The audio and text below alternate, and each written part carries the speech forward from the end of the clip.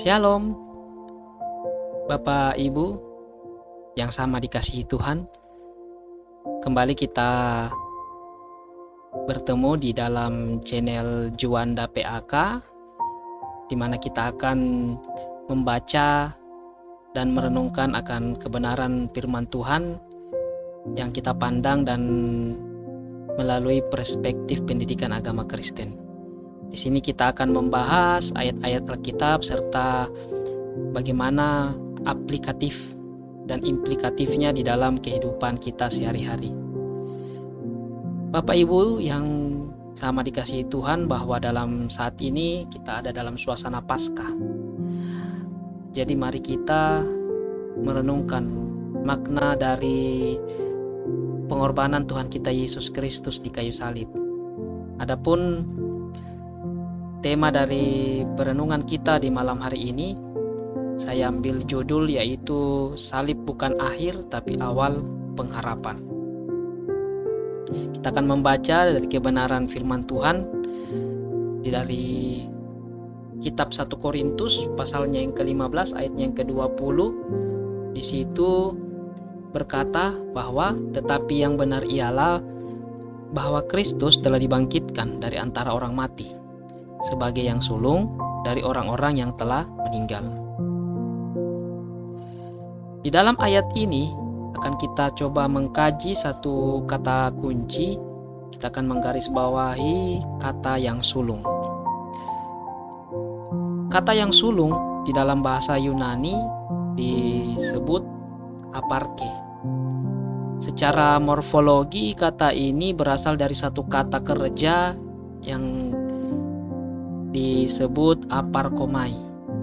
Jadi kata kerjanya itu aparkomai. Adapun artinya sendiri itu merupakan persembahan sulung atau yang pertama. Sedangkan katanya sendiri, kata aparke ini bermakna permulaan dari sesuatu yang lebih besar yang akan terjadi di masa yang akan datang. Adapun kata yang sulung ini di dalam beberapa ayat firman Tuhan di dalam terjemahan Perjanjian Baru itu kita bisa temukan di dalam satu kitab Roma, yaitu Roma pasal 8 ayatnya yang ke-29 yang berjudul yang berkata supaya ia anaknya menjadi yang sulung di antara banyak saudara. Adapun di dalam kitab Yakobus di dalam pasal 1 ayat 18, di situ dia berkata bahwa supaya kita pada tingkat tertentu menjadi anak sulung di antara semua ciptaan. Artinya bahwa kebangkitan Tuhan kita Yesus bukan hanya sebagai satu kemenangan pribadi Bapak Ibu, tetapi menjadi pola bahwa semua orang percaya juga akan dibangkitkan di dalam kemuliaan. Bagaimana pandangan para teolog terkait kata ini menurut mereka? Matthew Henry memberikan satu pemahaman bahwa kata yang sulung ini, dia menyebut bahwa kenapa Yesus sebagai yang sulung, dia mengartikan bahwa Yesus menjamin hasil panen selanjutnya. Apa yang dimaksud dengan Matthew Henry hasil panen selanjutnya? Yaitu kebangkitan orang percaya. Sedangkan untuk seorang teolog John Calvin, dia menekankan bahwa kebangkitan Kristus itu bukan sekedar peristiwa historis, tetapi dasar dari seluruh pengharapan iman Kristen. Jadi kematian Tuhan kita Yesus Kristus merupakan dasar dari pengharapan iman Kristen. Sedangkan pandangan dari Albert Benz di sini lebih menyoroti bahwa kebangkitan dari Tuhan kita Yesus Kristus merupakan suatu hal yang membuat iman kita tidak sia-sia. Kenapa? Karena kalau Tuhan kita tidak bangkit, Tuhan Yesus tidak bangkit, maka sia-sialah iman percaya kita. Maka kita bisa hidup dalam kemenangan rohani dengan kebangkitan Tuhan kita Yesus Kristus. Adapun aplikasi yang bisa kita terapkan di dalam kehidupan kita terkait dengan hal ini, bahwa Bagaimana Paskah ini kita hidupi, bagaimana Paskah ini bisa menyentuh kita secara pribadi. Yang pertama itu adalah jangan hidup dalam kekalahan. Maksudnya apa Bapak Ibu?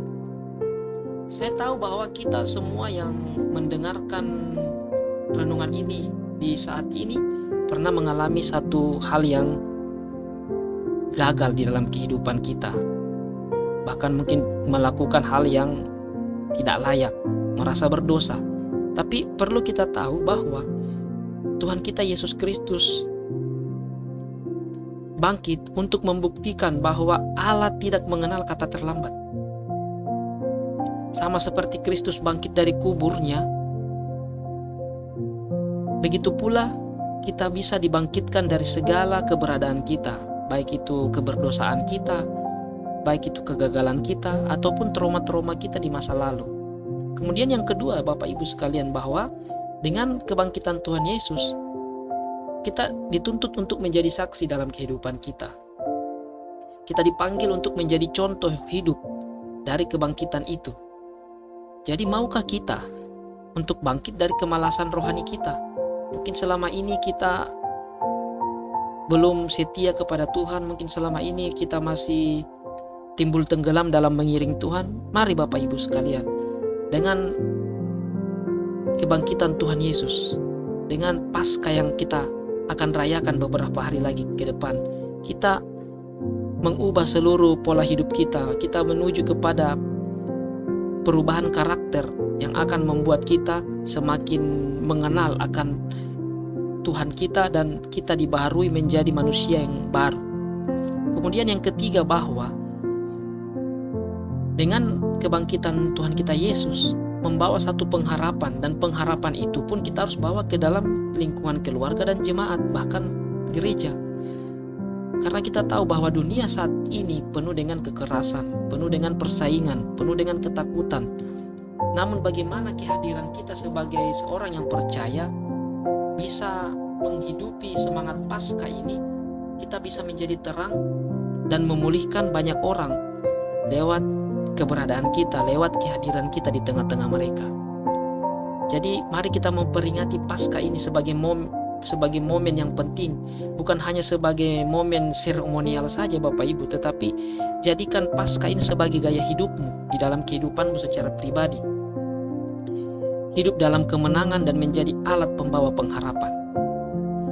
Oke, terima kasih Bapak Ibu sekalian atas kesempatan.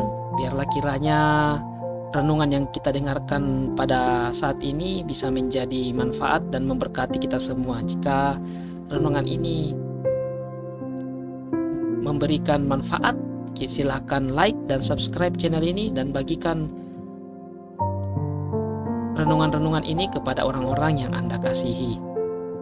Ingat Bapak Ibu bahwa salib bukan akhir dari cerita, tapi Paskah membuktikan bahwa Allah selalu punya rencana kebangkitan bagi kita semua.